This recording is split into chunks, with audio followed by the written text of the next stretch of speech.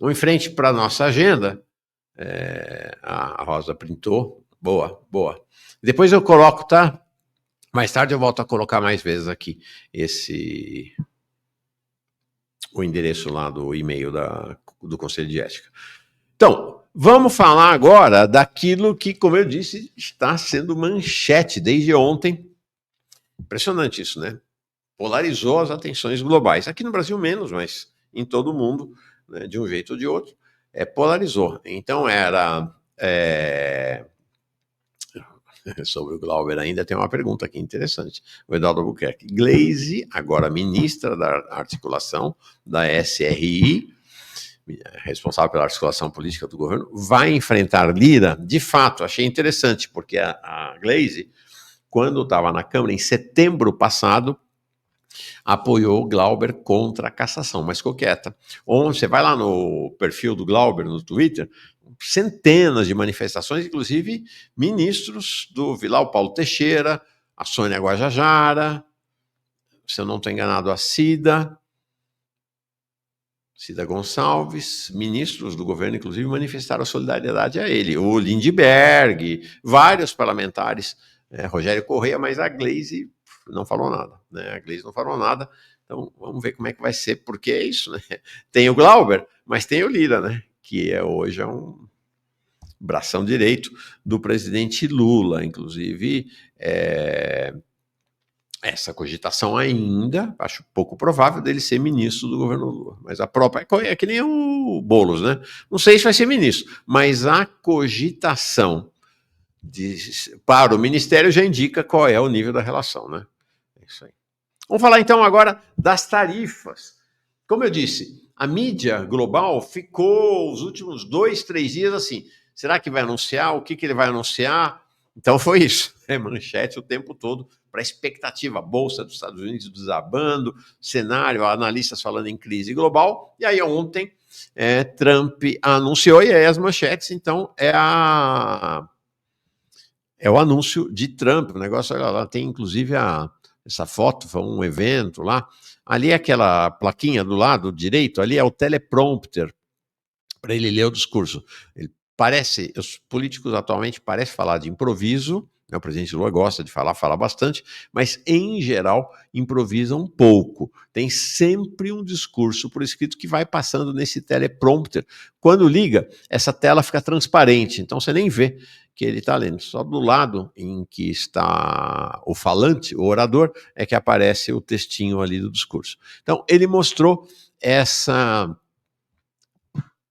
placa que eles fizeram ali, né, tarifas recíprocas. E aí tem lá no alto, ó, China, União Europeia, Vietnã, Taiwan, então vai mostrando as diversas tarifas. Não está por ordem de grandeza, não. Tem uma seleção política feita, né? Primeiro é a China, 67%, União Europeia, 39%, Vietnã, 90%, Taiwan, 64%, o Japão, 46%. Então, mesmo aliados dos Estados Unidos levaram uma tarifa pela testa. Vamos ver aqui? Um pouco, não tem país, o mundo inteiro está lá. Então, peguei uma seleção aqui para mostrar. Mas, olha lá, o Camboja...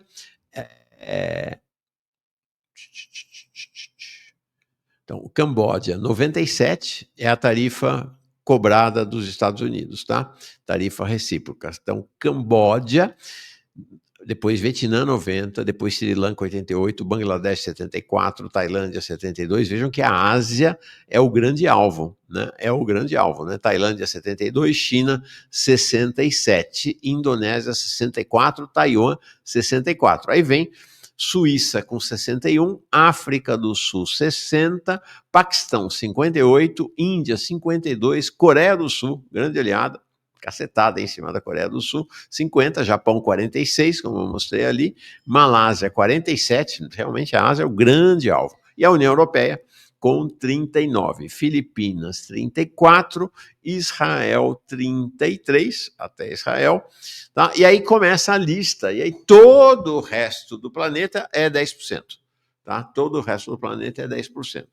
Então tá aí, Argentina, Austrália, Brasil, Chile, Colômbia, Reino Unido, né, que não é Europa, 10%, Singapura, Turquia, e aí vai, né, o planeta todo, o resto é 10%. Cenário. Manchete do New York Times, agora de manhãzinha: China e Europa prometem resposta dura às tarifas de Trump. Então é isso, vai para o cenário de uma guerra comercial, uma guerra tarifária global, ainda não se sabe, mas nessa altura do campeonato já se cogita, já se considera que há uma alternativa muito factível que isto aconteça, com reflexos brutais sobre a economia global. Esta manchete de baixo que eu pus aqui é do Global Times. Global Times é o jornal chinês em língua inglesa, já traduzido aqui para o português.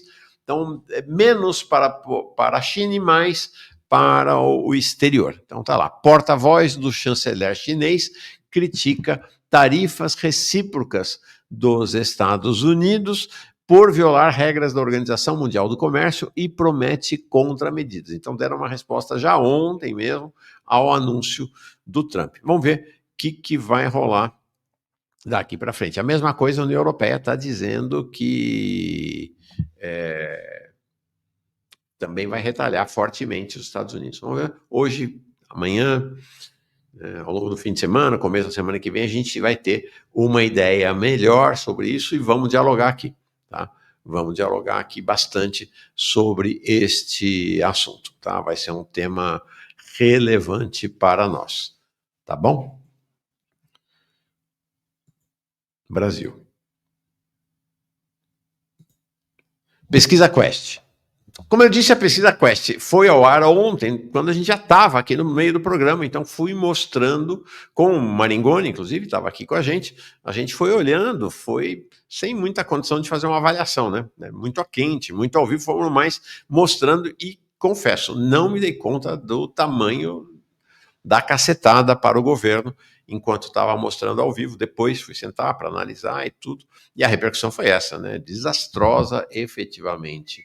A pesquisa, como eu disse, o governo considerou desastrosa, abriu um sinal vermelhíssimo, abriu uma crise ali no Palácio, mas publicamente, né, os petistas se dividiram entre atacar o Felipe Nunes e a Quest, e descredibilizar, né, e dizer que isso aí é o fundo do poço e que agora vai ser a recuperação, né, que a partir de agora vai recuperar. Então, alguns analistas mais vinculados ao governo dizendo que é isso, que a partir não, isso bateu no fundo do poço e agora sobe, né? A única questão, eu acho que não é impossível que seja o fundo do poço, é possível. Né? O Jones tem dito, eu tenho dito também que há chance de recuperação, aparentemente há. Mas a questão é que é o seguinte, já em fevereiro, os mesmos analistas tinham dito que era o fundo do poço. Em janeiro também já se havia dito que era o fundo do poço. Então, o poço parece mais fundo do que aparentava no comecinho do ano. Então, está aqui. Foi a pior pesquisa Quest desde o início do governo Lula.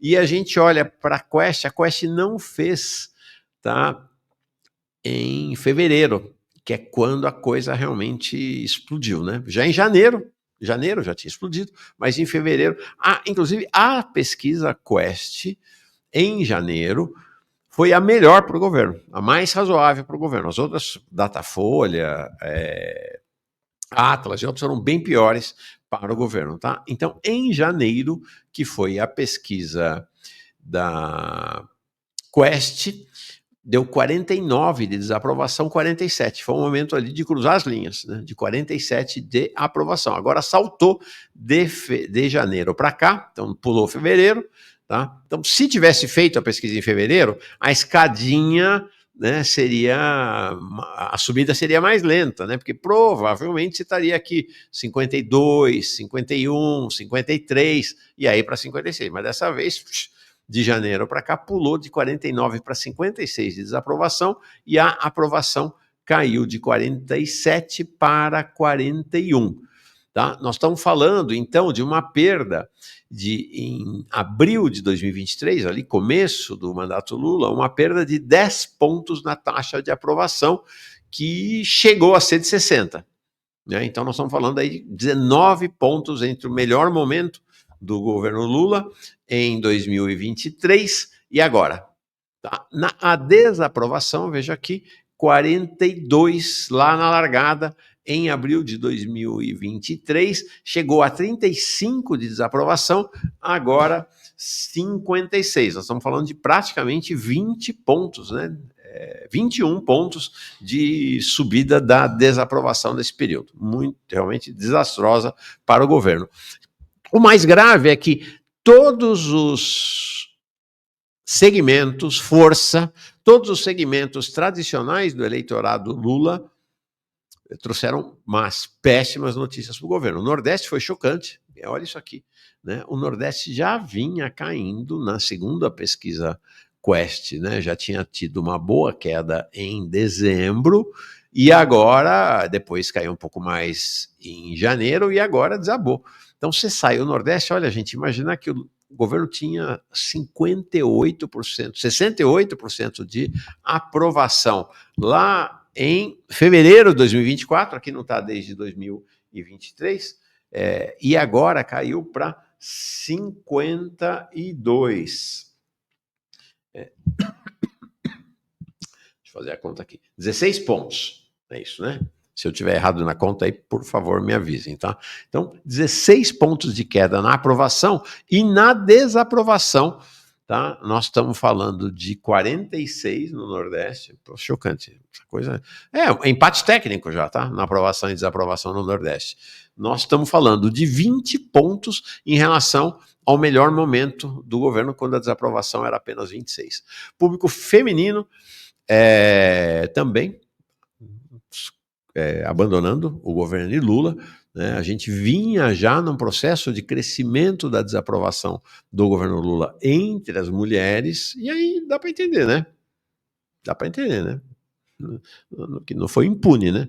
Os ataques do governo ao BPC, ao Bolsa Família, ao salário mínimo, dá para entender, tá? O aumento dos preços no supermercado, não é que ficaram com raiva, que acham que o Lula ficou feio de chapéu, não é nada disso.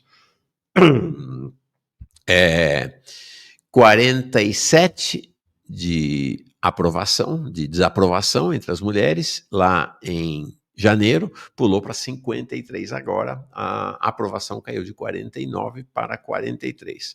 Público feminino. Tem um ataque ao abono salarial também, verdade, né? Tem um ataque ao abono salarial.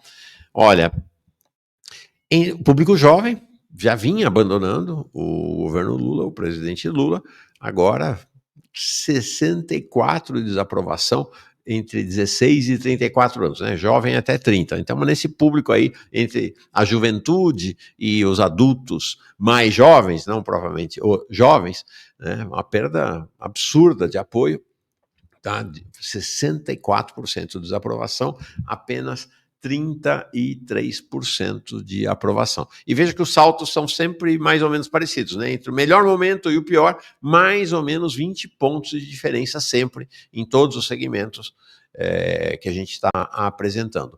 Entre os católicos também, um segmento tradicional de apoio ao lulismo e de voto no PT e no Lula nas eleições, empatou, né? 49 a 49, vinha num processo de queda e de aprovação e subida da desaprovação.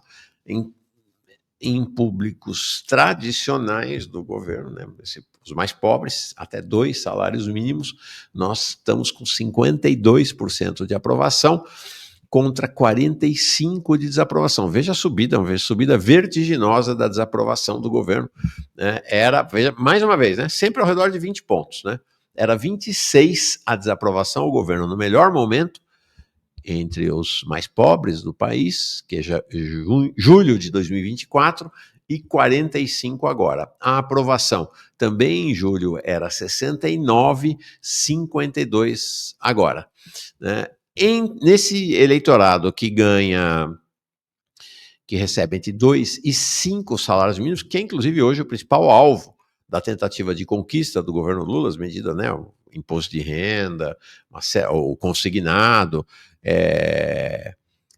estão voltadas para este público, que é um público mais arredio, né? Nunca foi um público propriamente lulista.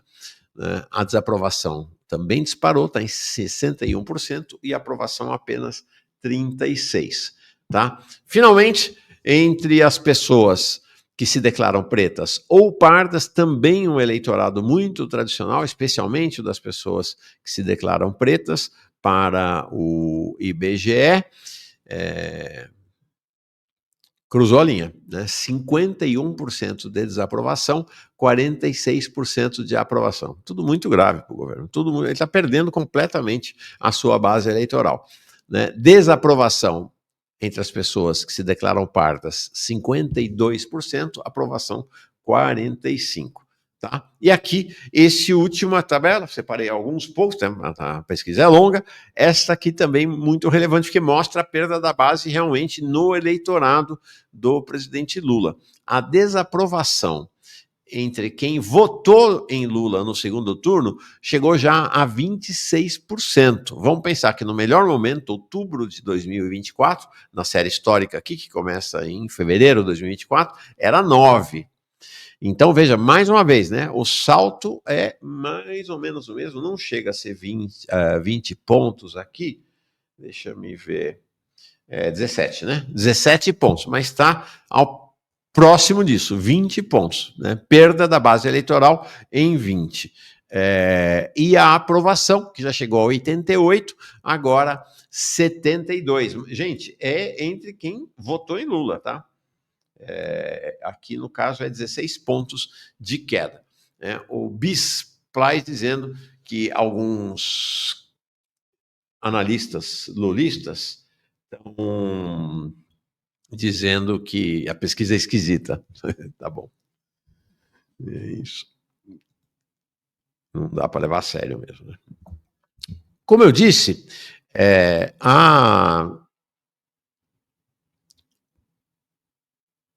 foi um momento terrível para o governo. Um momento terrível. O dia não é um momento assim dos últimos semanas. Não, o dia foi terrível para o governo, porque foi na véspera do evento hoje, em que o governo estava marcando quase que um relançamento. Está marcando quase que um relançamento do governo. Então, agora, às 10 da manhã, haverá um evento no Centro de Convenções Ulisses Guimarães, é o maior aqui de Brasília, com esse título que é o novo slogan do governo, Brasil dando a volta por cima.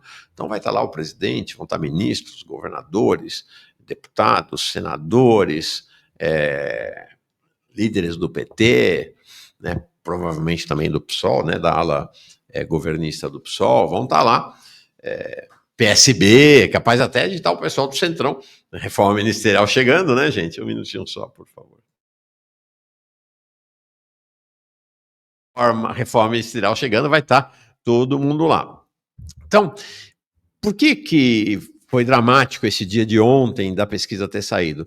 Porque ela praticamente detona o espírito do novo slogan, né? Dando a volta, né? O sentido, inclusive, é muito interessante, porque você tem esse duplo sentido, né? Dando a volta por cima e a pesquisa mostrando para baixo. Né? Então, simbolicamente, né, o simbolismo desse para baixo e para cima é muito forte, muito forte. O governo quer embarcar nessa onda aí contra o Trump e colocar como um segundo slogan, apesar de não oficial, né, o slogan da Guerra do Boné, o Brasil é dos brasileiros, e tudo isso é a invenção conjunta de Lula com Sidônio. Como eu disse ontem, a pesquisa mostra que a entrada do Sidônio no jogo não teve efeito nenhum, o que demonstra que a avaliação majoritária do chamado campo progressista governista, de que o problema era de comunicação, era falsa. Falsa não tinha correspondência com a realidade, não que fosse falsa intencionalmente. Nós advertimos aqui, desde que eu entrei aqui dia 13 de janeiro, e o Jones antes disso, olha essa história de que a comunicação é o problema. Era ruim a comunicação do governo, com Pimenta, é pavorosa, mas o problema da popularidade do governo não é a comunicação. né? Mas o Lula continua insistindo nisso, né? E aí trouxeram o Sidônio por conta desta avaliação, e de que o Sidônio, então, seria capaz de levantar a popularidade e colocar a candidatura de Lula na rua para 2026. Não está rolando, não está rolando, gente. Porque, ó, Sidônio está na prática como chefe da comunicação do governo desde novembro do ano passado. Porque foi ele que fez aquela rede nacional do Haddad, quando anunciou o aprofundamento do arcabouço. Lembra-se que deu, inclusive, uma guerra, uma confusão, que o Sidônio exigiu que o Haddad colocasse junto a história da isenção de imposto de renda para quem ganha até 5 mil. O Haddad foi contra, porque achou que o mercado não ia gostar, e o mercado não gostou mesmo. Então, o pacote era para anunciar, né? E aí ficou aquela coisa ridícula, né, do Haddad vendendo como vantagem para quem recebe salário mínimo ter um reajuste real menor, né? O Haddad explicando que o BPC vai ficar mais seguro porque nós estamos expulsando os malandros, né? E é isso, né? O tal do pente fino. Então, o Sidônio assumiu ali, na verdade, né? Então, a partir de novembro, o Paulo Pimenta passou a ser uma alma penada no Palácio. Já era, né? Quando ele foi ele foi mandado para o Rio Grande do Sul, naquela missão de secretário extraordinário, já meio exilado pelo Lula. Já sabia que estava indo mal. E a ideia do Lula era que ele tivesse um grande sucesso lá como ministro extraordinário para a recuperação, reconstrução do Rio Grande do Sul, e ali lançasse as bases da candidatura dele a governador. Deu tudo errado, não foi o que aconteceu, ele saiu mais fragilizado politicamente do que quando foi, mas quando retornou a Brasília e reassumiu a SECOM, já sem poder nenhum, e aí o Sidônio foi assumir. Então o Sidônio está desde novembro, então vamos lá. Novembro, dezembro, janeiro, fevereiro, março. O Sidônio está há praticamente 5 meses à frente da comunicação do governo. Aí você vai me dizer que o problema da comunicação do governo era o Pimenta? Era a comunicação? É óbvio que não. Tá? Os problemas estão em outros lugares. Né? Estão no supermercado, estão nas promessas não cumpridas, está no corte do BPC, no corte do abono salarial, no corte do salário mínimo e na identificação que as pessoas fazem de que o governo é um governo sustentado basicamente pela Febraban e pelos banqueiros, né? Essa é a constatação, né?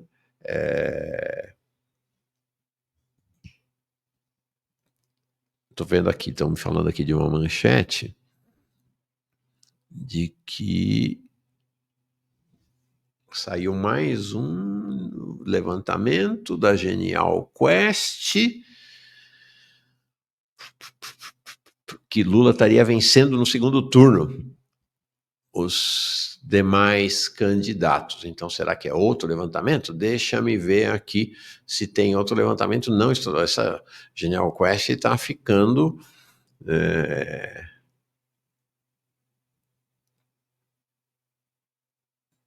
Saiu mais uma pesquisa. Então, que está contradizendo a pesquisa de ontem. Ah, não, desculpa. Lula estava perdendo no segundo turno na... Confusão. Né? Lula estava perdendo no segundo turno na pesquisa Atlas. Me confundi. Então, saiu agora uma pesquisa para a eleição de 2026, e aí dando números diferentes do da Atlas, com Lula com vantagem. Lula 44, Bolsonaro com 40, no cenário 2. Peraí, vamos ver junto, vai? É bom, né? Todo mundo... A gente acompanhar tudo junto, ver a notícia ao vivo, todo mundo junto. Obrigado aqui quem avisou que tinha saído essa pesquisa. Onde está? Aqui, então está aqui a manchete. Lula e Bolsonaro empatam e o presidente vence outros 7 candidatos em cenário de segundo turno de 2026, aponta a Quest. Então ontem não tinha saído cenário eleitoral. É a mesma pesquisa, evidentemente, da Quest, tá? Mas ela ontem não soltou este dado. Então vamos ver. Vamos ver como é que está aqui. Então, ó, Lula com Bolsonaro, é isso, estão dando empate, 44-40, está na margem de erro. Deixa eu ver se eu consigo fechar aqui a publicidade. Fechei, tá? Então, 44, aí vem Michele Bolsonaro, Lula 44, Michele 38, Cenário 3. Tarcísio, Lula 43, Tarcísio 37. Cenário 4. Lula e Ratinho, 42-35. Lula e Marçal, 44-35. Vamos lembrar que tanto com Tarcísio, quanto com Marçal, quanto com Bolsonaro, na Atlas estavam dando o Lula perdendo para eles no segundo turno. Lula e Eduardo Bolsonaro, 45-34. Lula, Romeu Zema, 43-31. Ronaldo Caiado, 44-30. Então é isso. Esses são os... Se Bolsonaro não for candidato em 2026, quem deveria ser o candidato à direita? Pergunta interessante. Tarcísio com 15, Michele com 14, eu tenho falado. Michele não é uma candidata fraca, não, para 2026. Pablo Marçal, 11, Ratinho Júnior, 9, e aí os outros vão bem atrás. Bom, aí tem lá os detalhes de conhecimento, tal, interessa menos, tá? Então esse é o cenário que a Quest acabou de divulgar. Então, ontem nós entrevistamos aqui o jurista Gilberto Bercovitch. Ele é um dos mais respeitados juristas do Brasil. É de esquerda, evidentemente, é de esquerda. Mas, não, garanto a vocês, ele não está afiliado ao PCBR, nem ao P, nem a nenhuma organização de esquerda. Ele é o professor titular da Faculdade de Direito do Largo de São Francisco e ele trabalha direito econômico e economia política. É talvez hoje o mais respeitado do Brasil nessa área. E até pouquinho tempo atrás era ouvido pelos progressistas. Parou de ser ouvido, até conversamos ontem e falou, não me ouvem mais. E sim, tem razão, né? Foi muito contundente a entrevista dele ontem aqui, nós já fizemos um recorte, repercutiu muito entre jornalistas, enfim, pessoas de esquerda e progressistas com quem me relaciono, e nós fizemos um corte desta entrevista. Deixa eu colocar aqui. Ok. Tá, a íntegra da entrevista dele está aqui, estou botando, está no nosso canal de cortes. Para aí, ó, sem música. Vou colocar aqui no chat. Se você quiser assistir a íntegra da entrevista, foi realmente muito impactante a entrevista dele. Estou colocando no chat agora aqui o link, mas é só ir no canal de cortes, tá? Do Farol Brasil, que você pode assistir. E a chamada que nós demos para essa entrevista foi muito impactante, efetivamente. Quem assistiu ontem viu, né? Governos do PT são continuidade dos governos FHC. E aí ele diz, terceiro mandato de Lula está estragando a sua biografia. Ele foi muito crítico, mas é importante dizer, né? Ele é outro que votou em Lula, apoiou Lula, né? E ele tem um debate muito importante sobre a questão das estatais, até por ser alguém do direito econômico. Ele apostou e acreditou e indicou que as promessas de campanha de Lula em relação a Eletrobras, a Petrobras e contra a privatização seriam cumpridas, né? Então ele hoje se sente um pouco traído, né, pelo governo Lula. Então tá aí, e ele fala exatamente disso, né, do cenário do governo. Vamos ver aqui um cortezinho. Da República, ainda mais o Lula, na situação que ele vê, a vida dele, a história dele, você é eleito para fazer alguma coisa, para tentar melhorar a vida da população. Ah, eu não posso melhorar a vida senão eu vou ser derrubado? Enfrenta. Ah, vamos derrubar. Que derrube. Assim, esse é o risco da América Latina. A gente está na América Latina. O risco do negócio é esse. Você ser governo, você tem o risco de ser derrubado. Você pode ser ou pode não ser. Agora, cair como caiu a Dilma, cair derrotado, assim, sem reação, né? Fazer um terceiro mandato como esse do Lula, que vai ser um mandato que parece agora horroroso, né? Assim, que estraga toda a biografia dele.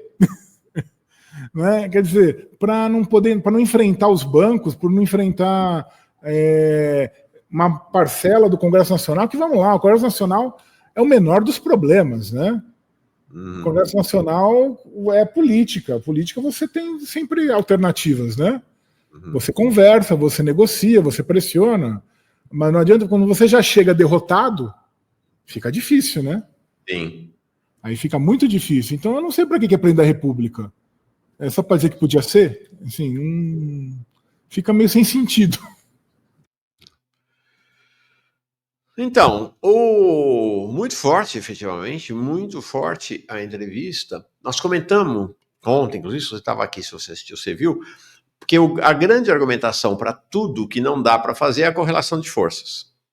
E aí tem uma questão que destrói essa desculpa da correlação de forças, que é a seguinte: qual era o auge da força de Lula e da sua popularidade? Começo de 2023, claro, óbvio, tá certo? A gente está vendo as pesquisas, né?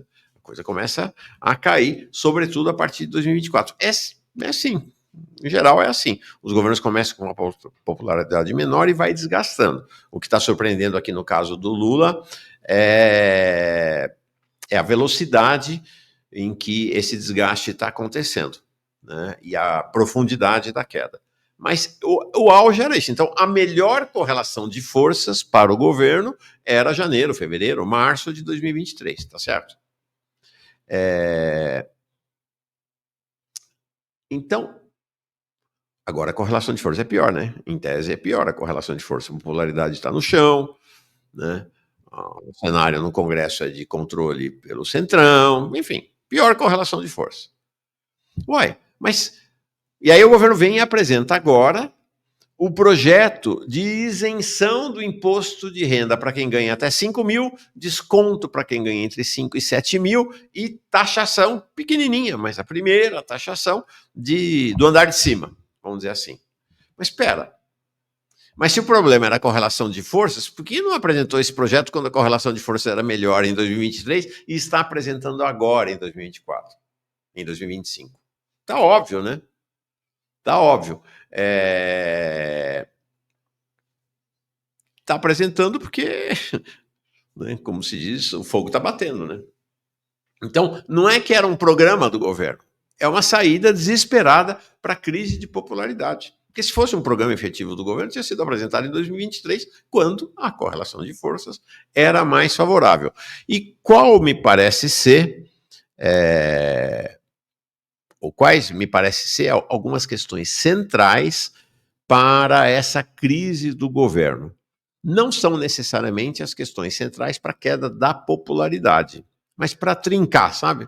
Vaso trincado. Né? Porque a queda de popularidade, por exemplo, a inflação dos alimentos está evidentemente tem um peso muito grande. Mas quais são as questões centrais que trincaram este vaso da confiança, né, da ideia de que este seria um bom governo? Que, por exemplo, impactaram profundamente o professor Gilberto Bercovici. Olha aqui. São três promessas de campanha promessas chaves que Lula fez do lado esquerdo em 2022 e agora aqui em 2025. Quais eram essas promessas? E que todos nós acreditamos nela, né? Primeiro, de que ia haver a reestatização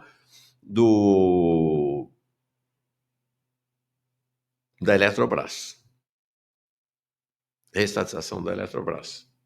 Segundo, que ia revogar a reforma trabalhista do Temer. Bom, a Eletrobras não foi reestatizada e o governo acabou de fazer um acordo para virar a página e encerrar o assunto. Vamos tratar de outro assunto, né? Entregando em definitivo a Eletrobras para o BTG e para a gangue do 3G, né? Jorge Paulo Lemann e outros. A outra promessa era a revogação da reforma trabalhista do Temer. Não teve revogação nenhuma, e, ao contrário, o governo Lula está aprofundando a reforma trabalhista do Temer, visto o que fez com os trabalhadores de aplicativos, basicamente o pessoal do Uber, né, pelo menos o mais conhecido, aplicativo Uber, e com os entregadores de aplicativos. iFood é a grande referência. E, finalmente, a revogação do teto de gastos. Tem várias declarações de Lula na campanha dizendo que ia revogar, que ia acabar, que não ia mais ter teto de gastos no país, e a gente viu no que deu, né? É um novo teto de gastos. O pessoal até dizia, não é teto de gastos, não é teto de gastos. Aí o Haddad vem e fala que, de fato, é um teto de gastos. Um pouquinho, né? Tem aspectos em que ele não é tão draconiano quanto do Temer, permite algum crescimento econômico, mas é teto de gastos. É teto de gastos. Então, são 3 promessas centrais da campanha de Lula que ele não deu conta, né? Que ele traiu. E aí tem uma delas que me parece que é decisiva, porque foi a primeira promessa, que é a questão da Eletrobras. Porque assim, a Eletrobras tinha acabado de ser privatizada. Eu mostrei outro dia aqui um vídeo desse aí, o chefe do Haddad, lá do BTG Pactual, do Guedes não, é outro, né, do André Esteves, né, pisoteando na cara do povo brasileiro, da esquerda, do governo, dizendo que foi uma moleza privatizar a Eletrobras e a Sabesp, tudo, não tem reação mais nenhuma, não tem... tranquilo. Né? Isso aí no mesmo evento que o Haddad estava, e vários outros ministros. Né? Então, coisa da Eletrobras foi, acho que assim, quando deu para ver o que seria o governo, né? E aí milhares, talvez milhões de pessoas que estavam esperando, né, entenderam que não ia rolar. E aqui nós trouxemos 2 semanas atrás, é isso, gente? Acho que sim, né? 2 ou 3 semanas atrás, o Ícaro Chaves, um dos mais combativos sindicalistas do sistema Eletrobras. Ele trabalhava na Eletronorte, resistiu bravamente lá contra a privatização da Eletrobras, acreditou piamente que o governo Lula iria reestatizar a Eletrobras, foi demitido por justa causa, depois fizeram um acordo para ele voltar, e só que condicionaram o acordo que ele assinasse um documentozinho dizendo que nunca mais ia falar mal da privatização da Eletrobras, e deu uma banana para ele, saiu, está fazendo outro caminho, mas é uma referência no debate sobre a Eletrobras. Lembram-se do que ele falou aqui? Não foi uma traição só aos trabalhadores, não, tá? Porque, sinceramente, apesar de eu lamentar muito o sofrimento dos meus colegas, foi uma traição ao país. Porque a gente não está falando aqui, Mauro, simplesmente de salvar uma categoria, não. Nós não estamos brigando por aumento de salário, nada disso. A gente está brigando pela soberania nacional, a gente está brigando pelo direito das famílias de poderem pagar a sua conta de luz. É isso que está em questão. E o governo Lula traiu esse sentimento popular, inclusive que foi colocado durante o período de campanha. Porque efetivamente ele mudou de lado. Não foi porque, assim, se ele tivesse se omitido, o governo poderia ter dito para o país, não para nós, para o país, olha, não vou mexer com isso, correlação de forças não ajuda, deixa quieto, né? Por quê? Porque no futuro, mano, né, vamos supor que o governo Lula, que o presidente Lula seja reeleito, ele pode indicar mais outros ministros do STF que tenham uma visão mais nacionalista, poderíamos ter até um Congresso menos refratário, a correlação de força podia mudar, e ele, com essas ações na mão, ele poderia, no futuro, numa situação melhor, de fato, fazer uma gestão para reverter essa privatização. Porque quando você pode escolher a hora da guerra, Mauro, você não vai escolher a pior hora para você. Então, assim, claro. Efetivamente, o que o governo fez foi muito pior do que a gente omitir. O governo efetivamente arrematou a privatização. Aquelas arestas que tinham ficado da privatização, que causaram algum incômodo para a Eletrobras, o governo as tirou.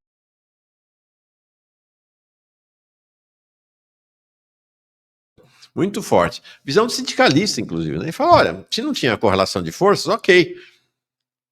A gente esperava. A gente ia lutando junto ali, ia dialogando com o governo. Né? Mas não, né? O governo vai lá e celebra e finaliza, na verdade, o processo de privatização da Eletrobras. Tá aí. Deixa eu ver aqui, mais gente chegou. A Cida chegou aqui mandando bom dia dela. O Bruno Dias, volta por cima atropelando o pobre, falando sobre esse evento e o novo slogan do governo Lula. Juan César, entre os mais jovens, a remessa conforme a taxação... tá falando aqui das brusinhas, né, do episódio das brusinhas. A remessa conforme a taxação para até $50 pesa muito. Consumidores e empreendedores prejudicados, medida burra do governo, está colhendo.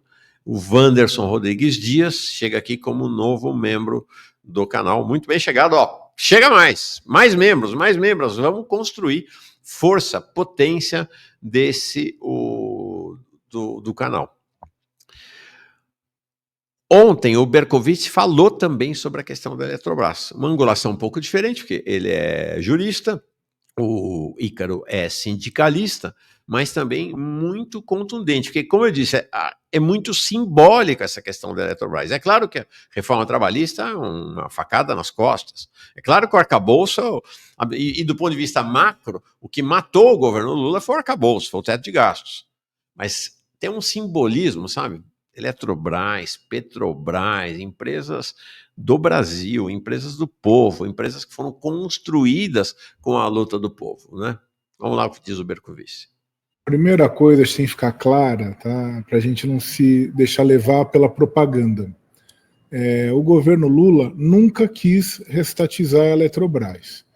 O presidente Lula falou isso na eleição, como bravata de palanque, como sempre, e ele nunca teve a intenção efetiva de reverter o processo de privatização da Eletrobras. Aliás, e agora com a desculpa, inclusive, de não tenho força no Congresso para isso, enfim, todo aquele discurso que a gente conhece, mas só para lembrar o público, né, o presidente Lula não restatizou a Vale do Rio Doce, que tinha acabado de ser privatizada quando ele virou presidente pela primeira vez, e ele tinha maioria no Congresso. Ele tinha uma maioria, aliás, enorme no Congresso no seu primeiro e segundo mandato, né? Ele teve todo um apoio ali de várias forças políticas, e ele nunca nem sequer cogitou, né, de restatizar a Vale do Rio Doce. Quando houve a descoberta do pré-sal, ele promoveu o processo de capitalização da Petrobras, que aumentou a presença do capital estrangeiro na Petrobras. E ainda fala com orgulho que tinha sido a maior operação do mercado financeiro, da Bolsa, da história do capitalismo até então. Então, no caso da Eletrobras é a mesma coisa, ele nunca teve intenção. E a prova que não teve intenção é que assim que ele assumiu, o advogado-geral da União impetrou uma ação no Supremo de inconstitucionalidade não para contestar a lei da Eletrobras, que aliás ele poderia ter sido revertida por medida provisória ou projeto de lei. Essa lei bastava uma medida provisória para reverter a lei, se recriava a Eletrobras como empresa pública, revogava a lei, que é a 14.182 de 2021, né, e se retomava o controle estatal sobre o setor elétrico. Então, veja que, do ponto de vista, ele dá um caminho jurídico, inclusive, que nem é o do Ícaro Chaves, né? Fala, não precisava ir para o Supremo. Não precisava ir para o Supremo. Tinha um caminho muito mais simples, até por medida provisória podia revogar, podia liquidar com a privatização da Eletrobras. Um minutinho, deixa eu tirar o som aqui. Que tem alguém que está mandando mensagem. Ok.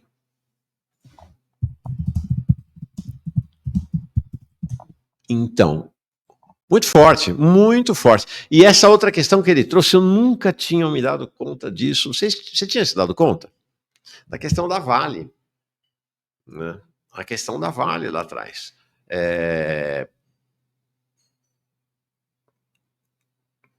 É uma coisa muito forte que ele trouxe, né? De que o Lula jamais tentou reestatizar a Vale. Agora, inclusive, ele trata a Vale privada, a Vale privada, que fez o que fez em Brumadinho, que fez o que acabou com o Rio Doce, né? Que fez o que faz o que faz, né? É hoje uma joia da coroa do capitalismo brasileiro, com apoio do presidente Lula, né, que tá tudo à disposição e tal. Então, muito forte, efetivamente. Então, dá para entender, tem coisas que tem essa questão do preço dos alimentos, claro, fundamental, mas tem causas mais profundas, entendeu, que se ligam com as correntes de profundidade que foram constituindo a ideia de um governo Lula, né, de um novo governo Lula.